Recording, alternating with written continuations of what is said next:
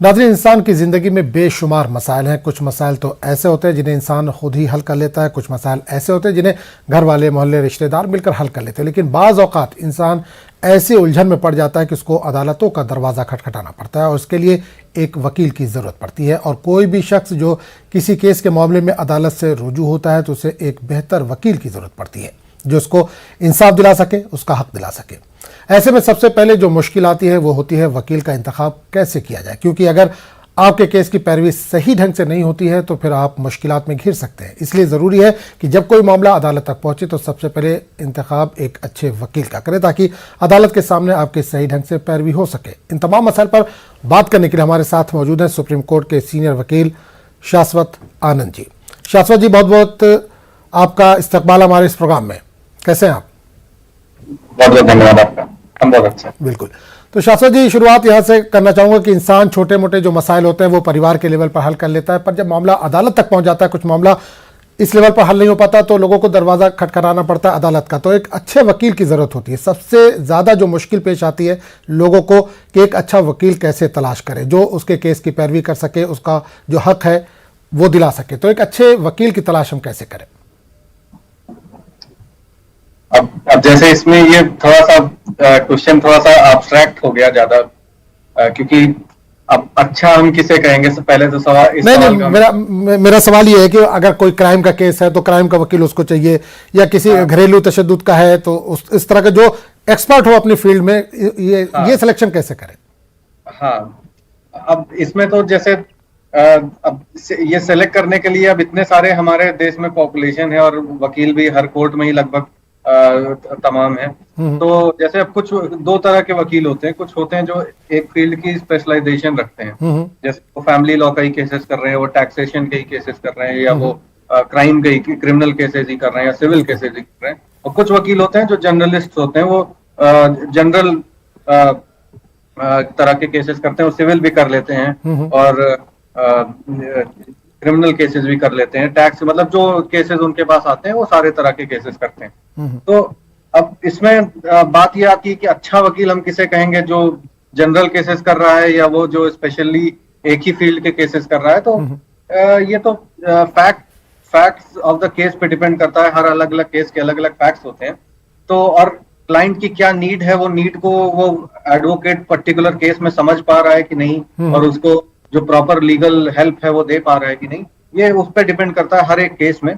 तो ये थोड़ा सा ओपन एंडेड क्वेश्चन है। अगर इसका कोई हम एक कॉन्क्रीट आंसर कुछ नहीं हो सकता है कि अच्छा वकील कौन होगा, क्योंकि बहुत से वकील होते हैं जिन्हें हम ये कहें कि उनके केसेस बहुत सारे हैं तो वो अच्छे वकील हों, पर ऐसा जरूरी भी नहीं है। हो सकता है वो सारे केसेस हारते हों, केसेस उनके पास बहुत होंगे, वो 10 हारते होंगे, 2 जीतते होंगे।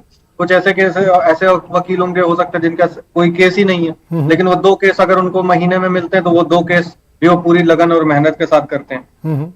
बहुत से वकील हैं, हो सकता है उनके अंदर ऑनेस्टी की कमी है। बहुत वकील हैं जिसमें ऑनेस्टी ज्यादा इस तरह से, तो कहीं पे वो अच्छी लीगल सर्विस आपको देंगे पर उनकी फीस बहुत ज्यादा होगी। बिल्कुल। कोई है जो आपको फीस बहुत कम लेगा पर वो लीगल सर्विस उस तरह की नहीं दे पाएगा। तो इस तरह के बहुत सारे एक स्पेक्ट्रम ऑफ कंसिडरेशंस होते हैं और फैक्टर्स होते हैं इस चीज में कि किसी एडवोकेट को कैसे सेलेक्ट किया जाए। बिल्कुल। तो अब ये तो फैक्ट हर केस पे, ये बिल्कुल हर केस पर डिपेंड करता है केस कैसा हो। हाँ, और क्लाइंट की सिचुएशन पे भी डिपेंड करता है कि वो अफोर्ड कर सकता है कि नहीं, क्योंकि कुछ टॉप लॉयर्स होते हैं हर कोर्ट में जो लोगों के फिंगर टिप्स पे होते हैं कि हाँ ये इस फील्ड के ये नामी लॉयर्स हैं, और जो ज्यादातर केसेस का कंसंट्रेशन या बड़े मैटर्स जो होते हैं वो कंसंट्रेशन उन्हीं के पास होता है।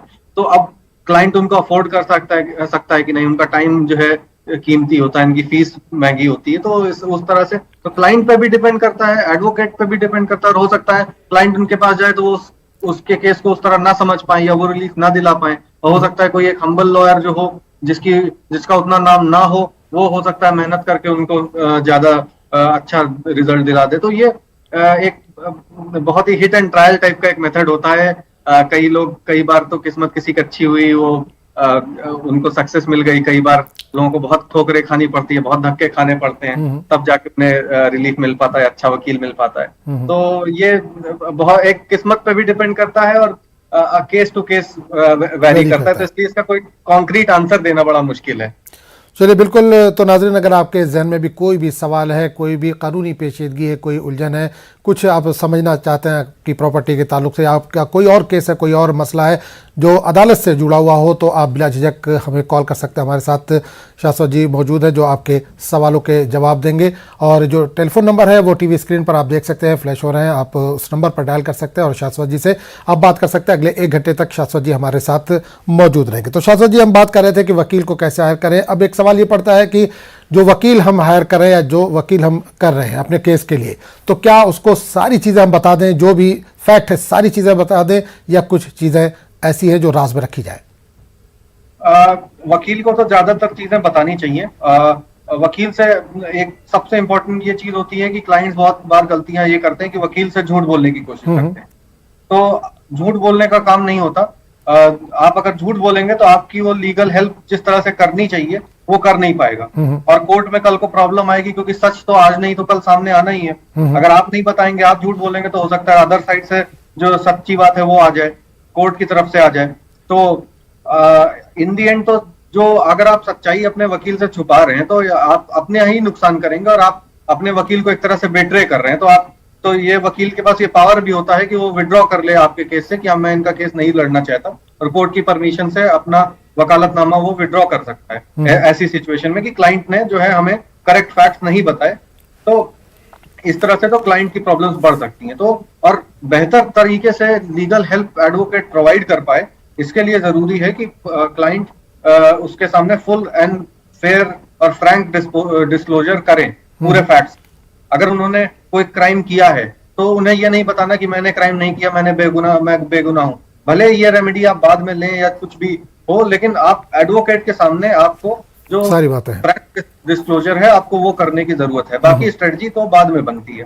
तो और इसकी ये कर पाए, इसके लिए कि आप उसको फ्रैंकली सारी बातों को बता पाए, इसके लिए हमारे लॉ में भी प्रोविजन इसीलिए बनाया गया है। जो प्रोफेशनल कम्युनिकेशंस हैं, जो लॉयर्स और क्लाइंट्स के बीच में जो कम्युनिकेशंस हैं, वो प्रिविलेज्ड होते हैं। अगर मेरे क्लाइंट ने हमें कोई जानकारी दी जो कि सेंसिटिव जानकारी है या कॉन्फिडेंशियल जानकारी है, किसी भी तरह की कोई जानकारी है, वो हमें कोई भी कंपेल नहीं कर सकता, चाहे कोर्ट भी हो तो वो भी हमें कंपेल नहीं कर सकता कि हम वो जानकारी को डिस्क्लोज करें कि मेरे क्लाइंट ने हमें क्या बताया है। तो इस तरह के कुछ प्रिविलेज कम्युनिकेशंस हैं, जैसे हस्बैंड एंड वाइफ के बीच के कम्युनिकेशंस हैं, लॉयर और क्लाइंट के बीच के कम्युनिकेशंस हुए इस तरह के। तो ये एविडेंस एक्ट में ये दिया हुआ है। तो कोई कंपेल नहीं कर सकता लॉयर को कि वो क्लाइंट की बताई हुई बातों को बताए, अनलेस उसमें भी कुछ है राइडर्स की। अगर क्लाइंट आके लॉयर से ये कहता है कि हमको इस क्राइम करने में मदद करो, तो तब वो बातों को तो वो बता सकता है। तो अदरवाइज लॉयर को कोई कंपेल नहीं कर सकता कि वो क्लाइंट की बातों की बताई हुई बातों को वो कहीं कोर्ट ऑफ लॉ में बताए। तो एक तो ये हो गया। तो इसलिए आपकी सारी बातें जो भी लॉयर से क्लाइंट करता है वो सारी प्रिविलेज्ड होती हैं, उनको कोई भी कभी डिस्क्लोज नहीं करा सकता है लॉयर से।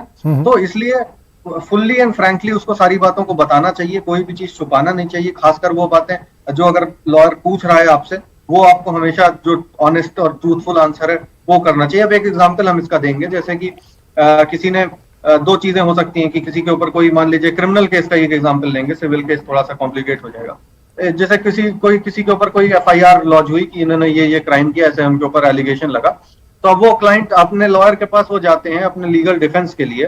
तो अगर वो अपने लॉयर से दो चीजें कह सकते हैं, तो ये कह सकते हैं कि मैं बेगुनाह हूं, मेरे ऊपर एक गलत ऑफेंस लगाया गया, गलत केस दर्ज किया गया मेरे ऊपर।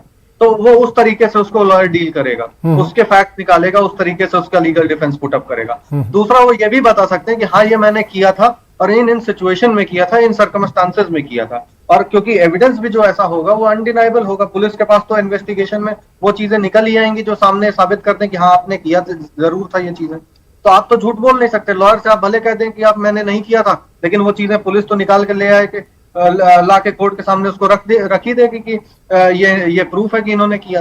तो ऐसे केस में जब आप लॉयर को ट्रूथफुली बताएंगे कि हाँ मैंने ये क्राइम मुझसे हो गया या इन सिचुएशन में हो गया या गलती से हो गया, तो लॉयर आपके जो लीगल डिफेंसेस जो दूसरे दिए हुए हैं, जनरल डिफेंसेस दिए हुए आईपीसी में, इन सिचुएशन में अगर आपने क्राइम किया, वो आपने इंटॉक्सिकेशन किसी ने आपको करा दिया, तो तब आपसे क्राइम हो गया, या आपको किसी ने उकसा दिया, या आपको कोई मेंटल प्रॉब्लम है, पागलपन की बीमारी है, आपने उस कंडीशन में आपने कोई क्राइम कर दिया। तो इस तरह से जो जनरल डिफेंसेस है, फिर लॉयर उस लाइन पे आपको आपकी मदद करने की डिफेंस कोशिश करें, करेगा कि बिल्कुल। आप ये मानते हुए कि हाँ हमने क्राइम किया, बट ये डिफेंसेस की वजह से हम बच रहे हैं और हमें सजा नहीं दी जा सकती, या इन सिचुएशन में किया तो ताकि एक्सप्लेन किया जा सके। चलिए, बिल्कुल बातचीत का ये सिलसिला जारी रखेंगे। आपने जो जिक्र किया कि कुछ लॉयर है जैसे फीस ज़्यादा लेते हैं तो आम आदमी उसको अफोर्ड नहीं कर सकता, इस पर भी बात करेंगे कि जो मुफ्त में वकील अदालत की तरफ से मिलते हैं उसका क्या तरीका है। एक कॉलर हमारे साथ जुड़ गए, उनसे बात करेंगे। हेलो, कौन बात कर रहे हैं? हेलो हेलो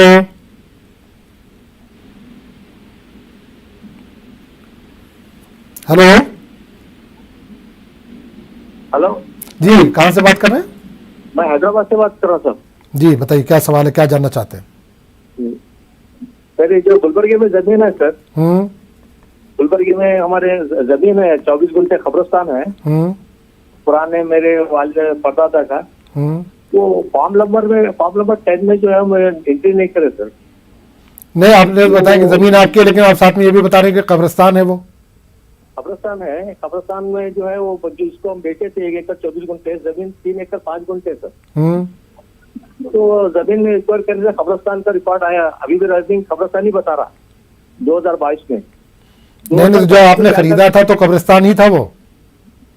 नहीं, हम लोग गिफ्ट दिए थे सर, ये सजा साहब गिफ्ट लैंड है सर।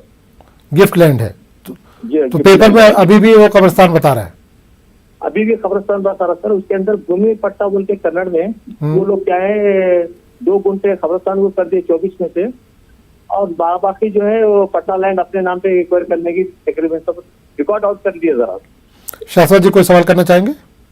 इनकी आवाज मेरे तक जरा भी नहीं आ रही। आवाज नहीं पहुंच पा रही है। लोक अदालत में मालूम करा सर, वो वहाँ पे कंप्लेंट करो, पुलिस कंप्लेंट करके हमारे पास आओ, और फिर जो है आपका जो है केस लड़ेंगे उल्टे उल्टे। चलिए, बिल्कुल बिल्कुल बिल्कुल आपके सवाल का जवाब जो भी है लिया जाएगा। शाश्वत जी, गुलबर्गा में इनकी एक ज़मीन है, कब्रिस्तान की ज़मीन थी, जो वहाँ के मतवल्ली होते हैं वो बता रहे हैं कि या जो भी जिम्मेदार हैं उनको गिफ्ट में इनको दी है, लेकिन अभी तक वो जो पेपर पे शो कर रहा है वो कब्रिस्तान की ज़मीन शो कर रहा है, इनके नाम नहीं हो पाई है वो। इसके लिए क्या करें वो? तो इसमें तो क्योंकि कब्रिस्तान की जमीन है, अगर वो पब्लिक लैंड है तो फिर इनको गिफ्ट कैसे मिल गया वो? मैंने भी वही सवाल किया था। या प्राइवेट कब्रिस्तान है अगर, तो अलग बात है, प्राइवेट कब्रिस्तान भी होता है। तो प्राइवेट कब्रिस्तान है अगर इनको दिया गया है तो इनको म्यूटेशन प्रोसीडिंग्स करनी होंगी। तो वो म्यूटेशन प्रोसीडिंग में जाएं और वहां पे जो तहसील लेवल पे जो म्यूटेशन प्रोसीडिंग्स होती हैं उसमें करें और अपना नाम चढ़वाने का उसमें प्रक्रिया चालू करें। तो चलिए, उम्मीद है कि आपको जवाब मिल गया होगा। तो नाज़रीन, कॉम्प्लिकेटेड फैक्ट्स हैं तो ये अपने वकील से मिल के इसमें सलाह करें तो ज्यादा बेहतर है, लोकल वकील से बात करें। चलिए, बहुत बहुत शुक्रिया। तो नाज़रीन, अगर आपके जहन में भी कोई भी सवाल है तो बिला झिझक आप कॉल कर सकते हैं। शाश्वत जी हमारे साथ लगातार मौजूद हैं, सुप्रीम कोर्ट के वकील हैं। आपके जहन में कोई भी कानूनी उलझन है तो बिला झिझक आप कॉल कर सकते हैं। तो शाश्वत जी, हम लगातार बात कर रहे थे कि मुफ्त में जो वकील होते हैं या अदालत की तरफ से जो वकील मुहैया कराए जाते हैं, आम आदमी बाहर नहीं उठा सकता जो महंगे वकील होते हैं। तो जो मुफ्त में वकील होते हैं या कानूनी हमको मदद मिलती है कोर्ट की तरफ से, उस वकील में और जो पेड वकील होते हैं उसमें क्या फ़र्क होता है, और क्या जो केस की ड्यूरेशन है वो बढ़ जाएगी, उसका नतीजा आने में या फैसला आने में वक्त लग सकता है इसमें, मुफ्त में अगर वकील हमने हायर किया तो? देखिए, अब जैसे मुफ्त में वकील, ये कोई सबके पास ऑप्शन नहीं होता कि हम और आप जाके मुफ्त में वकील ले लें। तो ये क्योंकि ये पर्टिकुलर लोगों के लिए ये सरकार की तरफ से ये हेल्प के तौर पे दिया जाता है कि जो अफोर्ड नहीं कर सकते या जिनकी इकोनॉमिक कंडीशन ऐसी नहीं है कि वो कोई वकील कर सकें, तो उनके लिए लीगल एड सर्विसेज होती हैं। स्टेट लेवल पे होती हैं, डिस्ट्रिक्ट लेवल पे होती हैं, हाई कोर्ट लेवल पे होती हैं, सुप्रीम कोर्ट की भी अपनी है। तो सब जगह पे ये लीगल एड सोसाइटीज इस तरह की होती हैं जो लीगल एड देती हैं। तो वो पर्टिकुलर उसमें इनकम ग्रुप्स होते हैं, मिडिल इनकम ग्रुप्स होते हैं, लोअर इनकम ग्रुप्स होते हैं। तो जो लोग उस इनकम ग्रुप में आते हैं पर्टिकुलरली, तो ये उनके लिए रिजर्व होता है। तो हर कोई नहीं ले सकता। जो इकोनॉमिकली साउंड है, जो अफोर्ड कर सकता है, उसके लिए ये सर्विसेज नहीं होती।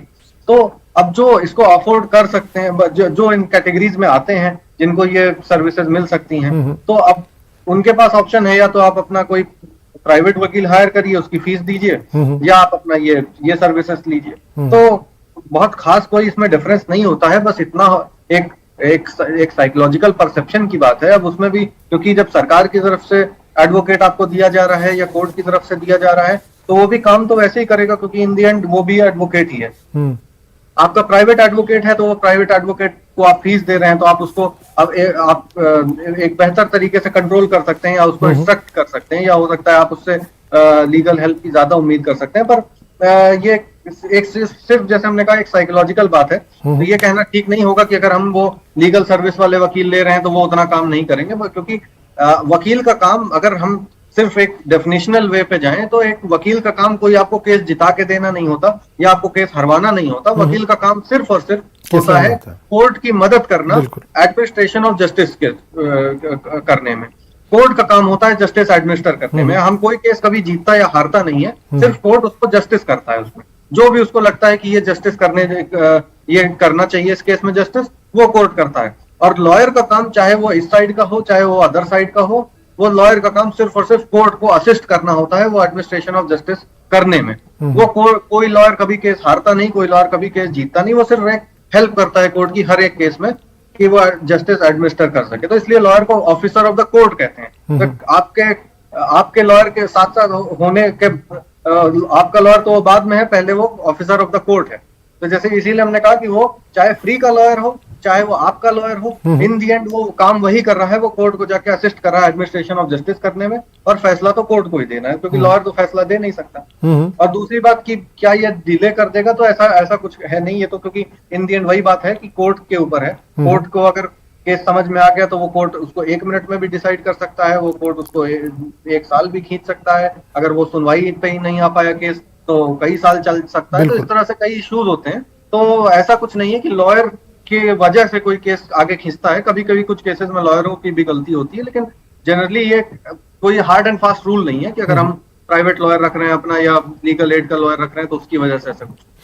बिल्कुल शाश्वत जी, एक सवाल ये भी है कि अगर हमने कोई वकील को हायर किया किसी केस के लिए, लेकिन अगर वो हमारे केस की पैरवी सही ढंग से नहीं कर रहा, हमको ये लग रहा है कि हमारे केस की जो पैरवी वो सही ढंग से नहीं कर रहा है, या जो तारीख पड़ती है उस तारीख पर वो नहीं पहुंच पा रहा है, अपने असिस्टेंट को भेज दे रहा है, तो ऐसी सूरत में क्या बीच में हम अपने वकील को बदल सकते हैं? बिल्कुल बिल्कुल, बीच में कभी भी आप अपने वकील को बदल सकते हैं। अगर आप सेटिस्फाइड नहीं है अपने वकील के लीगल रिप्रेजेंटेशन से जो वो आपके लिए कर रहा है, लीगल सर्विसेज से आप सेटिस्फाइड नहीं है, तो एट एनी टाइम आप उसको बदल सकते हैं।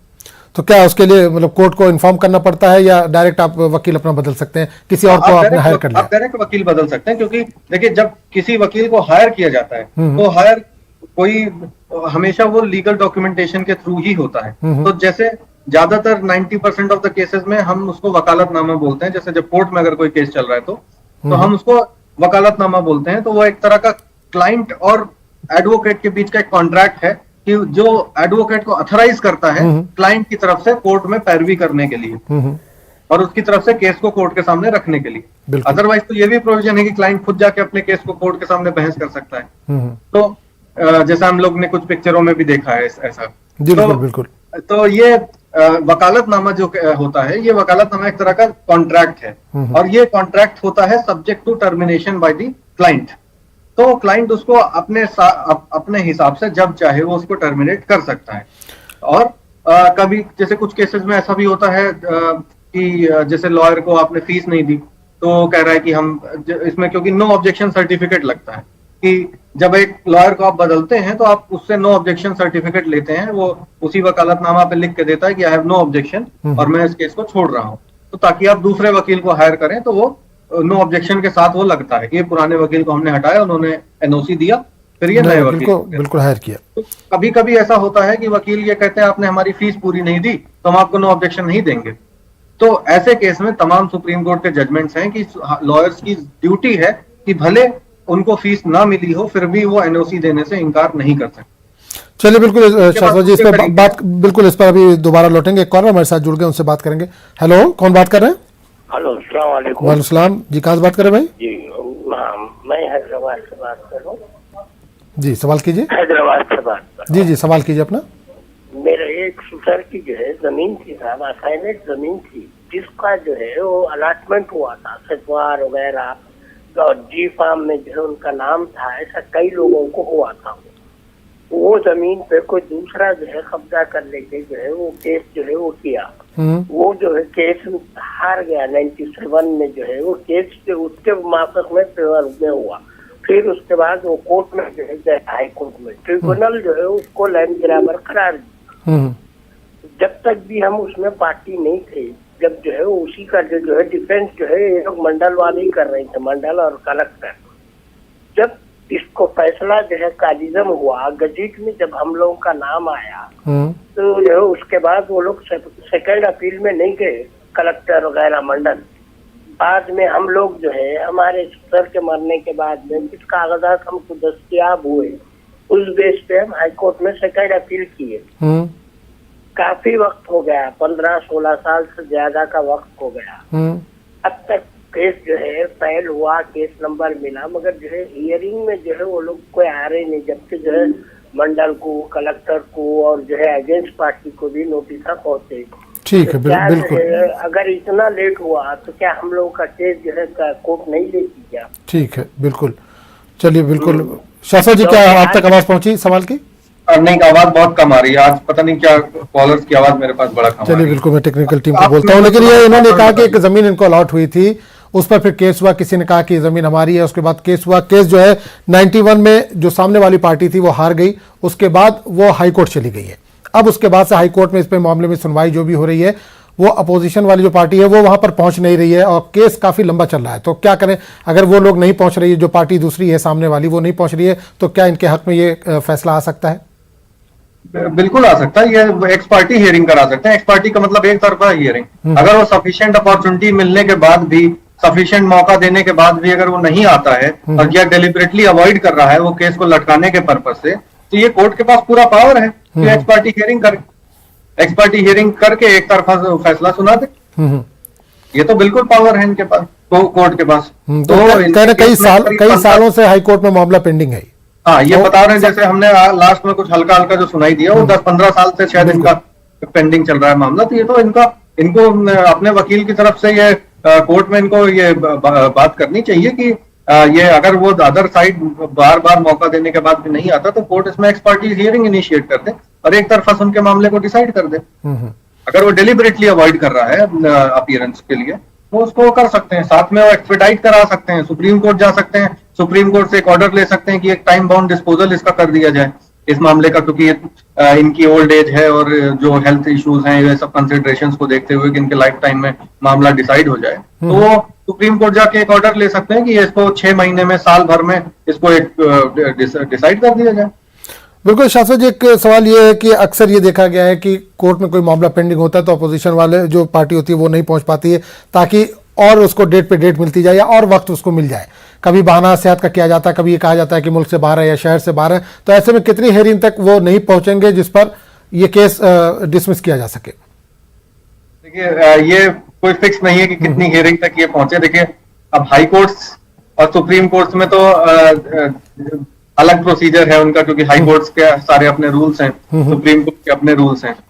लोअर कोर्ट्स में खासकर हम बता सकते हैं, लोअर कोर्ट्स में जो सिविल प्रोसीजर कोड है वो अप्लाई करते हैं। तो कोड ऑफ सिविल प्रोसीजर में ये लिखा हुआ है कि एक बार हियरिंग शुरू हो जाए तो 3 एडजर्नमेंट से ज्यादा नहीं ग्रांट किए जा सकते। 3 एडजर्नमेंट मतलब 3 एडजर्नमेंट। उसके बाद आप अगर किसी पार्टी ने 3 से ज्यादा एडजर्नमेंट लिए तो स्पेशल रीजंस कोर्ट को लिखाने पड़ेंगे कि इस रीजन की वजह से हम इस केस को एडजर्न कर रहे हैं, या इस पार्टी के ये रीजन हैं, इस वजह से इसको कर रहे हैं। जो एक्सेप्शनल हो रीजंस, वो as a matter of course हम एडजर्न नहीं करा सकते हैं। पर ये एक अनफॉर्चुनेट बात है कि इतना ये प्रोविजंस किताबों में ही है, बस कोर्ट्स में अप्लाई बहुत कम, प्रैक्टिकली नहीं है। हाँ, जमीन पे ये बहुत कम उतरते हैं, ये किताबों में ही रह जाते हैं। तो अगर ये अप्लाई हो तो शायद ये इस तरह 15-15 साल तक ये केसेस ना चले। यहाँ तक कि एक प्रोविजन और है, जैसे अभी ये एक ट्रायल बहुत चर्चा में था, एम्बर हर्ड और जॉनी डेप का ट्रायल जो हुआ था डिफेमेशन का आपस में ये यूएस में। तो ये ट्रायल बड़ा चर्चा में था। उसमें बड़ा ये लोगों ने ये देखा कि ये एक अजूबा टाइप का लोगों को लगा कि उसमें जो कोर्ट है वो हमेशा टाइम फिक्स कर दे रहा था कि ये जॉनी डेप के जो ट्रायल जो वकील होंगे वो 5 मिनट बोलेंगे, फिर उनके बाद इनके वकील जो है वो 4 मिनट बोलेंगे, इनको 10 मिनट का मौका मिलेगा, इनको 7 मिनट का। तो ये टाइम फिक्स कर दे रहा था आर्ग्यूमेंट के लिए कि इतने देर में आप आर्ग्यूमेंट निपटाइए, फिर हम उसके बाद आगे की सुनवाई करेंगे या आगे का कार्रवाई करेंगे या जो है केस को रैप अप करेंगे। हम्म, ये चीज लोगों को बड़ा अजूबा लग रहा था इंडिया में कि ये ऐसा कैसे हो रहा है, जबकि ये प्रोविजन भी हमारे सीपीसी में दिया हुआ है कि कोर्ट टाइम बाउंड कर सकता है कि आप इतने इतने टाइम में आर्ग्यू करिए और उसको आर्ग्यूमेंट को निपटाइए। लेकिन ऐसा ये जैसे हमने कहा कि जैसे वो प्रोविजन है कि एडजर्नमेंट 3 से ज्यादा नहीं दिया जाए, वैसे ये प्रोविजन है कि टाइम बाउंड पर ये सारे प्रोविजन जो हैं वो किताबों तक ही सीमित हैं। बहुत सारे वकील हैं वो भी इसको नहीं जानते होंगे, हो सकता है जजेस भी ना जानते हों, ये किताबों तक ही रह जाते हैं ये सब प्रोविजन। तो ये हमारे देश के एक मिसफॉर्चून है कि हम अभी हमारा लीगल सिस्टम थोड़ा सा ओल्डेस्ट लीगल सिस्टम है हमारा दुनिया भी है का, थोड़ा सा, बिल्कुल। हाँ बिल्कुल। चलिए, बिल्कुल शाश्वत जी बने रहिए हमारे साथ, क्योंकि वक्त हो चला एक छोटे से ब्रेक का। ब्रेक के बाद दोबारा आपके पास हम आएंगे। तो नाज़रीन, अगर आपके जहन में भी कोई भी सवाल है, कोई भी इशू है जो अदालती पेचीदगियों से जुड़ा हो, कोई भी मामला हो, तो आप बिला झिझक कॉल कर सकते हैं। शाश्वत जी जो कि सुप्रीम कोर्ट के वकील हमारे साथ जुड़े हुए हैं, जो आपके सवालों के जवाब देंगे। फिलहाल वक्त हो चला एक छोटे से ब्रेक का। ब्रेक के बाद हम बार फिर आपका बहुत बहुत इस्तकबाल है। हमारे साथ सुप्रीम कोर्ट के वकील शाश्वत जी जुड़े हुए हैं, जो आपके सवालों के जवाब दे रहे हैं। अगर आपके जहन में कोई भी कानूनी उलझन है तो बिला झिझक आप कॉल कर सकते हैं। शाश्वत जी हमारे साथ जुड़े हैं, उसका जवाब देंगे। नंबर जो है वो टीवी स्क्रीन पर फ्लैश हो रहे हैं। कॉलर हमारे साथ जुड़ गए, उनसे बात करेंगे। हेलो, कहाँ से बात कर रहे हैं? हेलो, जगह जगह पावर टार्नी कराई है, वो लड़का पावर टार्नी पक्का एक बार सवाल बहन, एक बार सवाल फिर से बताइए। नहीं, हमारे लड़के ने ना पावर टार्नी कराई है मेरे साथ 55 गज। टीवी की आवाज पहले बंद कर दीजिए बहन। काम ना के कच्चा टीवी की आवाज बंद कर दीजिए या टीवी से थोड़ा सा दूर होकर बात कीजिए। उन्हों को आ रही आवाज, उनको क्या नहीं, टीवी से थोड़ा सा दूर होकर बात कीजिए, आपकी आवाज जो है वो इको कर रही है।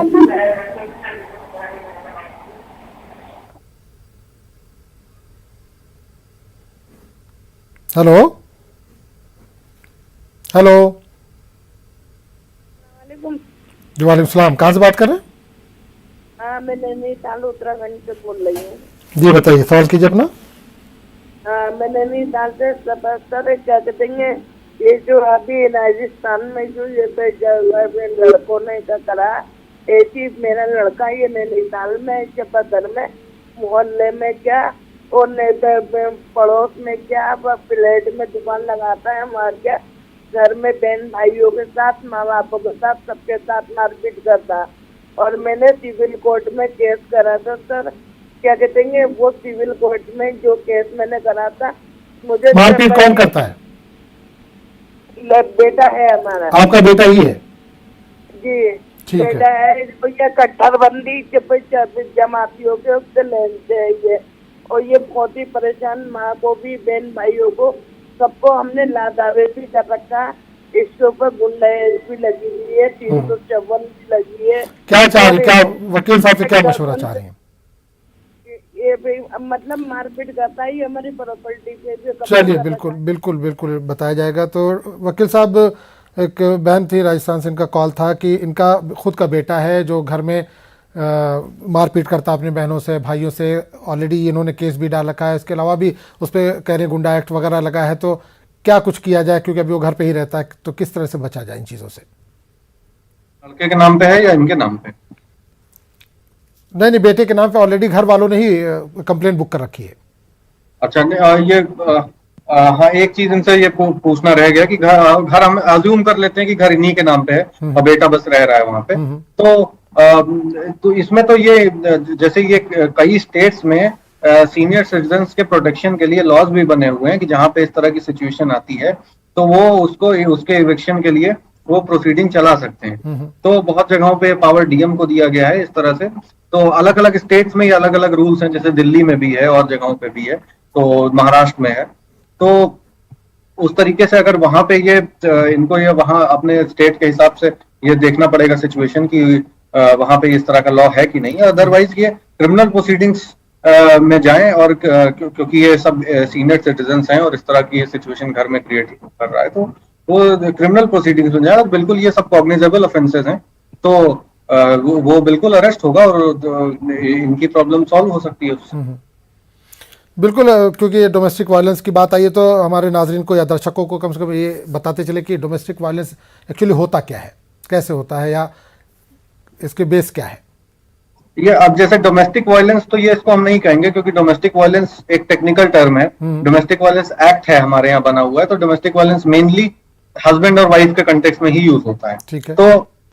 तो जहां ज्यादातर हस्बैंड या उसके कोई रिलेटिव या हस्बैंड के साथ मिलके अगर वाइफ के ऊपर कोई वायलेंस करते हैं तो उसको हम डोमेस्टिक वायलेंस कहते हैं। तो हमारे यहाँ उसके लिए डोमेस्टिक वायलेंस एक्ट बना हुआ है। तो उसमें उस एक्ट में वाइफ के लिए तमाम प्रोटेक्शन दिए गए हैं कि अगर हस्बैंड उसके साथ डोमेस्टिक वायलेंस करता है तो क्या क्या उसके पास राइट्स होंगे, क्या क्या उसके पास रेमेडीज होंगी, तो और क्या प्रोटेक्शन होगा। तो उसमें भी तमाम चीजें दी गई हैं। जैसे उसको मेंटेनेंस का भी है कि अगर उसने कोई डोमेस्टिक वायलेंस को लेकर उसके ऊपर कंप्लेंट लिखाई तो उसमें इंटरिम मेंटेनेंस की भी बात है। यहाँ तक कि अगर जैसे पति अगर उसको मार के घर से बाहर निकालने की कोशिश कर रहा है, या उसके जो इन लॉज हैं, जो उसके सास ससुर वगैरह हैं, वो उसको मार के भगाना चाहते हैं, घर में से पीड़ित करके भगाना चाहते हैं, तो उसके लिए भी उसमें सेक्शन 20 है कि जो ये कहता है कि उसको राइट है अपने मैट्रिमोनियल होम में रहने का। तो ये राइट, तो उसको इसका मतलब है कि अगर उसको कोई घर से निकाल भी नहीं सकता तो उसको घर में रहने का भी राइट है। तो ये सारे राइट्स हमारे डोमेस्टिक वायलेंस एक्ट में दिए हुए हैं। तो डोमेस्टिक वायलेंस इसलिए हमने कहा कि थोड़ा टेक्निकल टर्म है। तो जैसे इनका बेटा इनको मार रहा है तो इनके ऊपर वो नहीं लगेगा, वो हस्बैंड एंड वाइफ के कंटेक्स्ट में है मेनली। पर जो सीनियर सिटीजन्स वगैरह के लिए अलग से इसमें तमाम एक्ट्स बने हुए हैं इनके प्रोटेक्शन के लिए, और ज्यादातर स्टेट्स में ऐसे एक्ट हैं। और कई बार हाई कोर्ट्स ने और तमाम कोर्ट्स ने इस पे जजमेंट्स दिए हुए हैं। अभी रिसेंटली शायद एक बॉम्बे हाई कोर्ट का भी इस पे एक जजमेंट आया था, जहां पे बेटे और बहू दोनों ने जो ओल्ड पेरेंट्स थे उनके साथ कुछ अत्याचार करने की कोशिश की, तो उनको हाई कोर्ट ने डायरेक्शन करके घर से बाहर निकलवा दिया था। तो इस तरह की सिचुएशन जैसे इनके यहाँ पे भी है, तो ये बिल्कुल ये कोर्ट का भी सहारा ले सकते हैं, हाई कोर्ट का भी सहारा ले सकते हैं, और पुलिस का तो सहारा इन्होंने बताया कि इन्होंने कुछ कंप्लेंट किया है तो बिल्कुल इनको रिलीफ बिल्कुल मिल जाएगा। चलिए बिल्कुल, एक और कॉलर हमारे साथ जुड़ के उनसे बात करेंगे। हेलो हेलो हेलो हेलो जी, कौन बात कर रहे हैं? मैं कश्मीर से बोल रहा हूँ जी, सवाल कीजिए भाई अपना। सवाल पूछूं? बिल्कुल, सवाल पूछिए। हमारी एक लड़की है, इसे तकरीबन 2 साल से कोई बंदा ये ब्लैकमेल कर रहा है। ये जो नंबर है वो यूपी का नंबर है, और दूसरा नंबर है कश्मीर के नंबर से भी, और उससे भी कश्मीर के नंबर से एक बार वो ब्लैकमेल की गई, और ये जो बाहर का नंबर है उससे आज तक होती जा रही है वो ब्लैकमेल। तो आपने अभी तो कोई मामला आपने पुलिस में दर्ज कराया इस ताल्लुक से? हाँ, वहाँ FIR उन्होंने दर्ज किया है। अब जो यहाँ का नंबर है उस पर उन्होंने 2 बंदों को गिरफ्तार किया चंद रोज तक। हेलो जी जी, आवाज आ रही है, बोलिए। चंद रोज तक उन्होंने उनको गिरफ्तार कस्टडी में रखा, पुलिस कस्टडी में। हेलो जी जी बिल्कुल, बोलिए, सवाल पूरा कीजिए। फिर छोड़ दिया। देखिए जो बाहर का नंबर है वो अभी भी ब्लैकमेल कर रहा है। ठीक है, लेकिन आज तक उनके खिलाफ कोई कार्रवाई नहीं हुई है। अब मैं क्या कार्रवाई? जो बाहर का नंबर है वो यूपी का नंबर है, यूपी के नंबर से वो ब्लैकमेल होती रही। ये नंबरों के खिलाफ आपने क्या कार्रवाई की? आपने कोई कंप्लेंट लिखाई नंबरों के खिलाफ?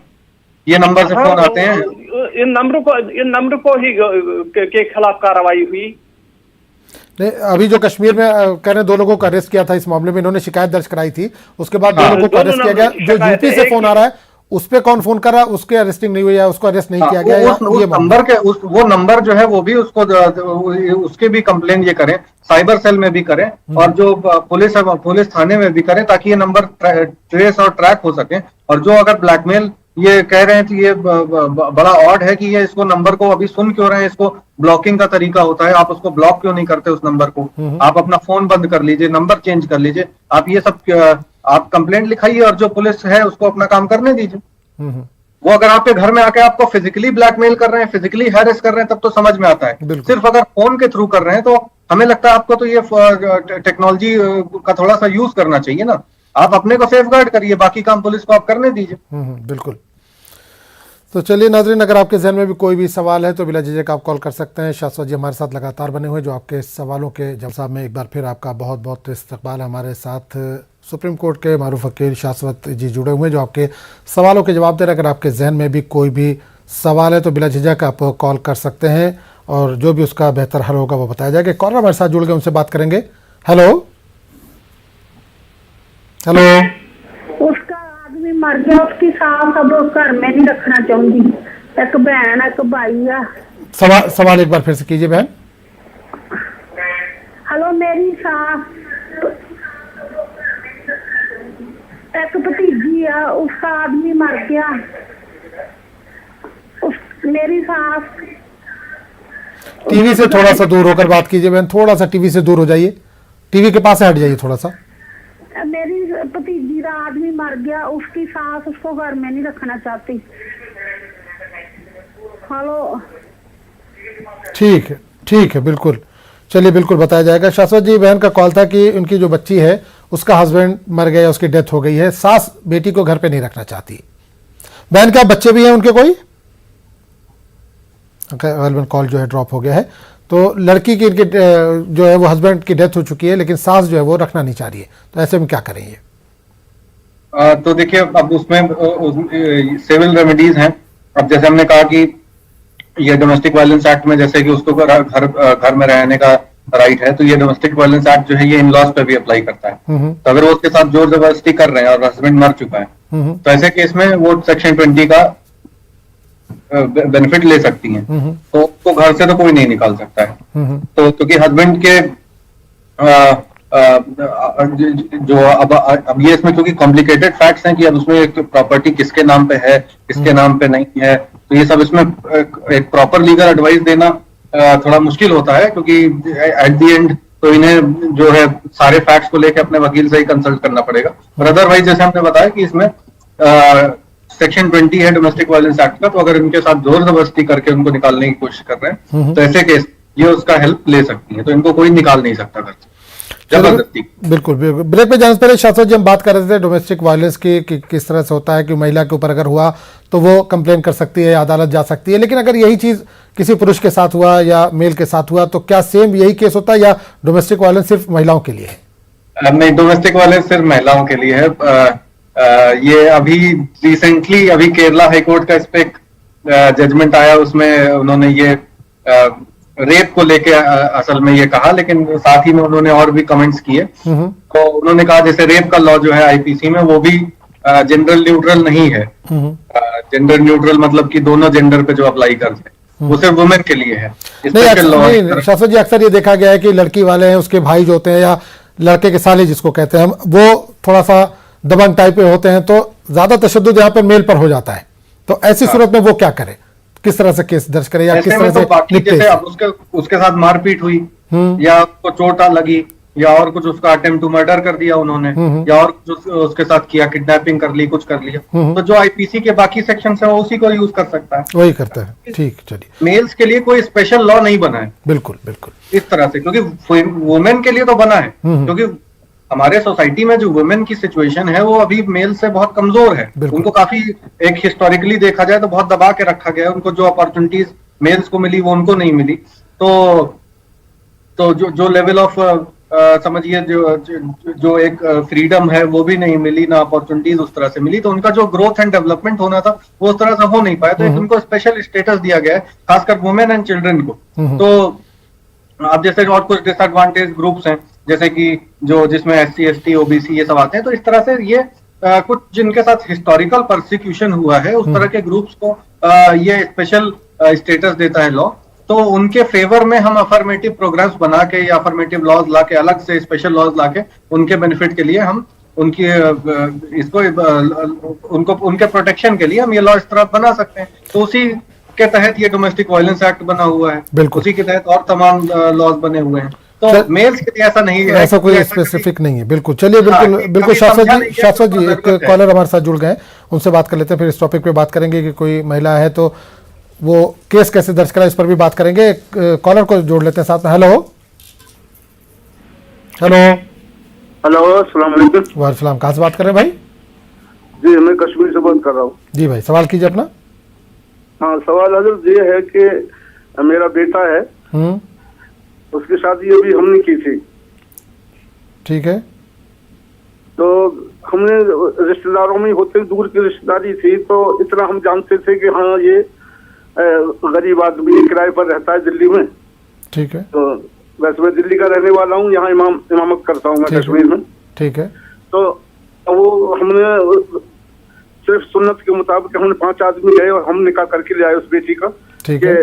मैंने कि ये किराए पे रहती है, कबाड़े का काम मजदूरी करती है, तो इस वजह से मैंने कि चलो हम गरीब की घर की लेंगे तो ये शुक्र अदा करेगी। ठीक है। मगर वो बहुत बड़ी नाशुक्री निकली। इतनी नाशुक्री निकली कि उसने आते ही हमें तंग करना शुरू कर दिया और बस आए दिन हॉस्पिटल में, हालांकि वो बहाना था, कोई तकलीफ नहीं थी और कोई ऐसी बात नहीं, तकलीफ उनके पित्ते में पथरी थी, तो उसमें वो माँ बाप ने उन्होंने बताया कि कभी कभी दर्द हो जाता है तो उसकी दवा आ जाती है। मगर उसने रोजाना हॉस्पिटल में तकरीबन 1.5 महीने रही, 1.5 महीने में तकरीबन 2 लाख रुपए का हमारा उसने खर्चा करा दिया यहाँ। उसके बाद फौरन अपने घर पहुंची दिल्ली कि मुझे माँ बाप की याद आ रही है, और जबकि माँ बाप से हम ये तय करके लाए थे कि बेटी आपकी कम से कम 6 महीने से पहले नहीं आ सकती, क्योंकि हम कश्मीर में रहते हैं और वहीं आपकी बेटी रहेगी, वहीं मेरा बेटा रहता है। बोले ठीक है जी, हमने दे दिया आपको, जब आपकी मर्जी आए जब भेजना है। कोई प्रॉब्लम क्या है आपकी? प्रॉब्लम क्या चाह क्या रहे हैं जी? आप चाह क्या रहे हैं? बच्ची वापस आए तक आपने धारावाहिक सुना रहे हैं, प्रॉब्लम उसने हालात ऐसे बना दिए यहाँ आते कि उसे वापस मेरे ख्याल में आना ही नहीं है। अब यहाँ से जो गई तो अब कहती है मुझे बुला के ले जाओ। तो लड़के ने कहा कि जैसे तू बगैर मर्जी के गई है वैसी तू आ जा, हम बुलाने नहीं जब तुझे जाएंगे। तो क्या लड़की का क्या जवाब आ रहा है? तो और लड़की ने वो न तुझे आना पड़ेगा बुलाने के लिए, और मुझे अलग रहना है, और मैं मकान में रहूंगा दिल्ली के। बिल्कुल साथ में नहीं रहने का। बिल्कुल शाश्वत जी, मामला यही है कि सास ससुर के साथ लड़की नहीं रहना चाहती है। इनके हिसाब से वो एक बहाना करे बीमारी का, उसके बाद अपने घर चली गई दिल्ली। अब वापस अगर जाना चाह रही है तो वो सास ससुर के साथ नहीं रहना चाह रही है, अलग घर में रहना चाह रही है। ये है पूरा मामला। अब जैसे अब इस पे तो तमाम लॉज हैं कि तमाम केसेस भी आ गए हैं कि अगर इसमें अगर ये क्रुएल्टी में आता है एक्चुअली, कि अगर जो वाइफ है वो अगर हस्बैंड को फोर्स करे उसके मदर फादर से दूर रहने के लिए, अलग रहने के लिए, तो ये मेंटल क्रुएल्टी का पार्ट है। तो ये डाइवोर्स का ग्राउंड है। तो ये उसमें अगर इनको वो कंसिडरेशन पे जाना है तो वो उस पर भी कंसिडर कर सकते हैं, अपने वकील से कंसल्ट कर। अदरवाइज तो इनका कोई जो है ये अगर ये इसको बिना केस किए ही अगर ये सुलझा सकें तो वो बेहतर होगा। अदरवाइज ये जैसा हमने बताया इस पे तमाम केसेस हैं और ये लॉ इस पे सेटल है कि अगर वाइफ फोर्स करती है अपने हस्बैंड को अपने मदर फादर से अलग रहने के लिए, अलग घर में रहने के लिए, तो दैट इज क्रुएल्टी, और वो क्रुएल्टी के डेफिनेशन में आता है और वो ग्राउंड डाइवोर्स का एक ग्राउंड है। तो उस लाइन पे अगर ये जाना चाहें तो जा सकते। चलिए एक और कॉलर हमारे साथ जुड़े, उनसे भी बात करेंगे। हेलो हेलो, गालिबन कॉल जो है ये ड्रॉप हो गई। तो नाज़रीन, अगर आपके जहन में कोई भी सवाल है तो शाश्वत जी हमारे साथ लगातार मौजूद है जो आपके सवालों के इस वक्त जवाब दे रहे हैं। अगर कोई भी कानूनी पेचीदगी तो आप हमें कॉल कर सकते हैं। नंबर टीवी स्क्रीन पर फ्लैश हो रहा है। फिलहाल वक्त सोच सुप्रीम कोर्ट के वकील शाश्वत जी मौजूद है जो आपके सवालों के जवाब दे रहे हैं। अगर आपके जहन में भी कोई भी कानूनी उलझन है, कोई पेचीदगी है जो आप जानना चाहते हो तो बिला झिझक आप कॉल कर सकते हैं। शाश्वत जी उसका इस वक्त जवाब दे रहे हैं। कॉलर हमारे साथ जुड़े, उनसे बात करेंगे। हेलो हेलो सर, अस्सलाम वालेकुम। वालेकुम सलाम, कहाँ से बात कर रही हैं? जी मैं श्रीनगर से बोल रही हूँ। जी बहन, सवाल कीजिए अपना। जी सवाल ये है कि हमारा यहाँ पे एक जमीन कैनाल है। हेलो जी जी, सवाल कीजिए अपना, सुन रहे हैं। हमें यहाँ अपना जमीन है एक कैनाल, ठीक है। तो वो ननद के नाम था, वो हम चाहते हैं कि हम मेरे पति चाहते हैं कि मैं अपने नाम करूँ, अपनी बहन के नाम में एक। आपके ननद के नाम है वो? जी जी। आप हस्बैंड आपके अपने नाम कराना चाह रहे हैं? जी जी। आपके सास ससुर मौजूद हैं? नहीं नहीं, वो मर चुके हैं। और ठीक है, आपके हस्बैंड के कोई भाई वगैरह है? और नहीं नहीं, कोई नहीं। एक ननद है आपके और एक भाई है, बस यही है? जी जी। ठीक है, तो ये जमीन उनके नाम किसने की है, कब से की है, कुछ इसका डिटेल बता सकेंगी? जी सर, जब मेरी बड़ी ननद मर गई है उसने लिया था ये जमीन। अब इनको ये तहसीलदार बोल रहे हैं कि ये आपके नाम तब हो जाएगा। उन्होंने पेपर में भी दिया था कि कोई मतलब ऑब्जेक्शन मत आएगी, लेकिन ऑब्जेक्शन कहीं से भी कहीं नहीं आई। लगभग 2 महीने हो गई, लेकिन आज उनको एक तहसीलदार बोल रहा है कि ये पहले हम देखेंगे कि कोई आपके मतलब भाई का बेटा मत है, उनको भी ये मतलब ये हिस्सा देना है। ये सर मुमकिन है कि हम भाई के बेटों को भी ये हिस्सा दे सकते हैं? ननद की जमीन आप अपने नाम पे करा रहे हैं, ये इसका बेसिस क्या है?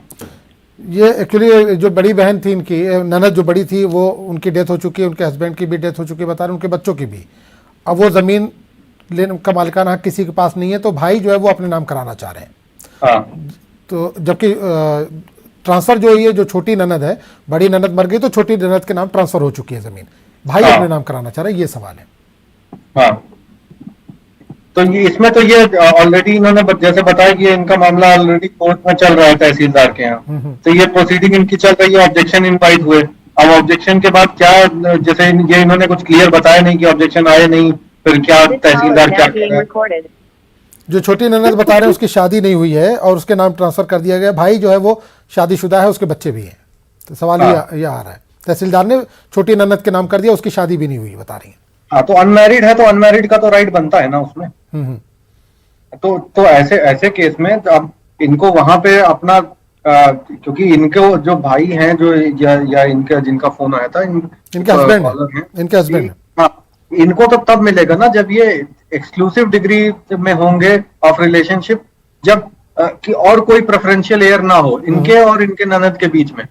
तो ये इनको वहां पे ये देखना है कि ये प्रेफरेंशियल एयर में और कोई बच रहा है कि नहीं। तो जैसे छोटी ननद है तो उसके नाम पे तहसीलदार ने कर दिया, तो वो तो प्रेफरेंशियल एयर हुई, अनमैरिड है, वुमेन है।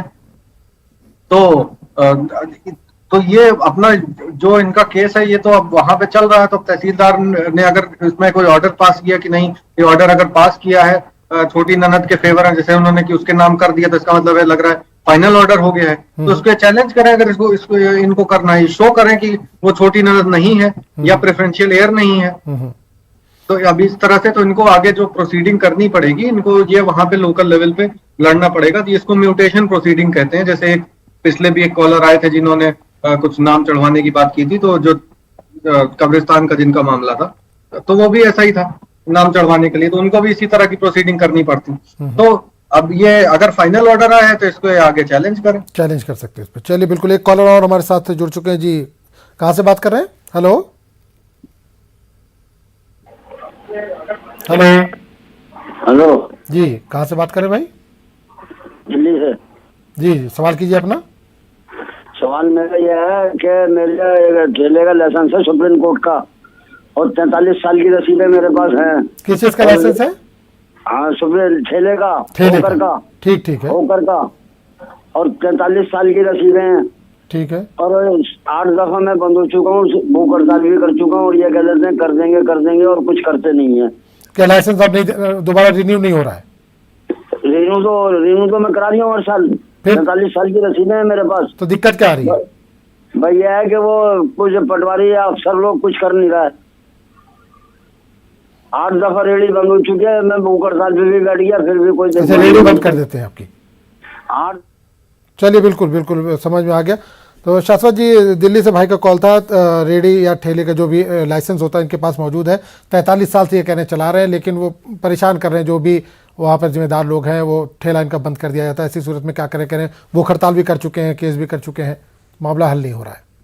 तो इनका ये क्लियर नहीं हुआ कि इनका लाइसेंस जो था, इनको वहाँ पे हॉकर का ये शायद बता रहे थे, तो ये हॉकर का लाइसेंस इनका क्या कैंसिल हो गया? नहीं, हर साल रिन्यू करा रहे हैं, 43 साल की रसीद है इनके पास कह रहे हैं। हाँ, तो अब जैसे अब इनका अगर रिन्यू नहीं हो रहा है, तो जो अथॉरिटी है जो इसको जिसके हाथ में रिन्यू करने का है, अगर वो रिन्यू नहीं कर रही है या इनके लाइसेंस को लेके बैठ गई, इन्होंने एप्लीकेशन दिया रिन्यूअल के लिए और वो रिन्यू नहीं कर रहा है, तो वो हाई कोर्ट जाके एक मैंडेमस ले सकते हैं। उसके लिए मैंडेमस का ये मतलब होता है कि हाई कोर्ट कमांड कर देगा उस अथॉरिटी को कि आप इनका with in 4 weeks, with in इतना टाइम, 1 महीने में आप इनका मामला डिसाइड करिए और इनको लाइसेंस इनका या तो आप ग्रांट करिए या इनका रिफ्यूज करिए। रिफ्यूज करेगा अगर, तो इनको रीजन देकर रिफ्यूज करना पड़ेगा कि किस बात के लिए, किस रीजन से वो रिफ्यूज कर रहा है। तो भूख हड़ताल से तो नहीं होगा। अब अगर ये क्योंकि लीगल मामला है तो ये जो है कोर्ट से ही ये सेटल होगा, तो ये मैंडेमस के लिए ये जा सकते हैं कोर्ट। चलिए बहुत बहुत शुक्रिया शाश्वत।